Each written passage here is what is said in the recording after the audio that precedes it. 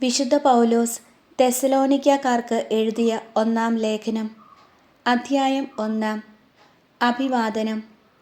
പൗലോസും സിൽവാനോസും തിമോത്തേയോസും ചേർന്ന് പിതാവായ ദൈവത്തിലും കർത്താവായ യേശുക്രിസ്തുവിലുമുള്ള തെസ്സലോനിക്കക്കാരുടെ സഭയ്ക്ക് എഴുതുന്നത്. നിങ്ങൾക്ക് കൃപയും സമാധാനവും. കൃതജ്ഞത, അഭിനന്ദനം. ഞങ്ങളുടെ പ്രാർത്ഥനകളിൽ സദാ നിങ്ങളെ അനുസ്മരിച്ചുകൊണ്ട് നിങ്ങൾക്കെല്ലാവർക്കും വേണ്ടി ദൈവത്തിന് ഞങ്ങൾ നന്ദി പറയുന്നു. നമ്മുടെ പിതാവായ ദൈവത്തിൻ്റെ മുമ്പാകെ നിങ്ങളുടെ വിശ്വാസത്തിൻ്റെ പ്രവൃത്തിയും സ്നേഹത്തിൻ്റെ പ്രയത്നവും നമ്മുടെ കർത്താവായ യേശുക്രിസ്തുവിലുള്ള നിങ്ങളുടെ ദൃഢമായ പ്രത്യാശയും ഞങ്ങൾ അനുസ്മരിക്കുന്നു. ദൈവത്തിൻ്റെ വാത്സല്യഭാജനങ്ങളായ സഹോദരരെ, നിങ്ങളെ അവിടുന്ന് തിരഞ്ഞെടുത്തിരിക്കുന്നുവെന്ന് ഞങ്ങൾ അറിയുന്നു.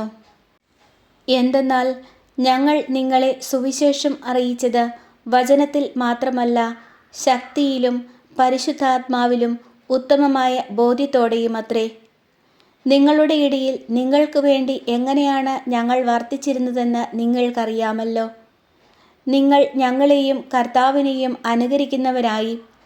കാരണം വളരെ ക്ലേശങ്ങൾക്കിടയിലും പരിശുദ്ധാത്മാവിനാൽ പ്രചോദിതമായ ആനന്ദത്തോടെ നിങ്ങൾ വചനം സ്വീകരിച്ചു. അങ്ങനെ നിങ്ങൾ മക്കദോനിയായിലും അക്കിയായിലും ഉള്ള വിശ്വാസികൾക്കെല്ലാം മാതൃകയായിരിക്കുന്നു. എന്തെന്നാൽ നിങ്ങളിൽ നിന്ന് കർത്താവിൻ്റെ വചനം മക്കദോനിയായിലും അക്കായിയായിലും പ്രതിധ്വനിക്കുക മാത്രമല്ല, ദൈവത്തിലുള്ള നിങ്ങളുടെ വിശ്വാസം എല്ലായിടത്തും ചെന്നെത്തുകയും ചെയ്തിരിക്കുന്നു. തന്മൂലം അതേക്കുറിച്ച് കൂടുതലായി ഒന്നും തന്നെ ഞങ്ങൾ പറയേണ്ടതില്ല.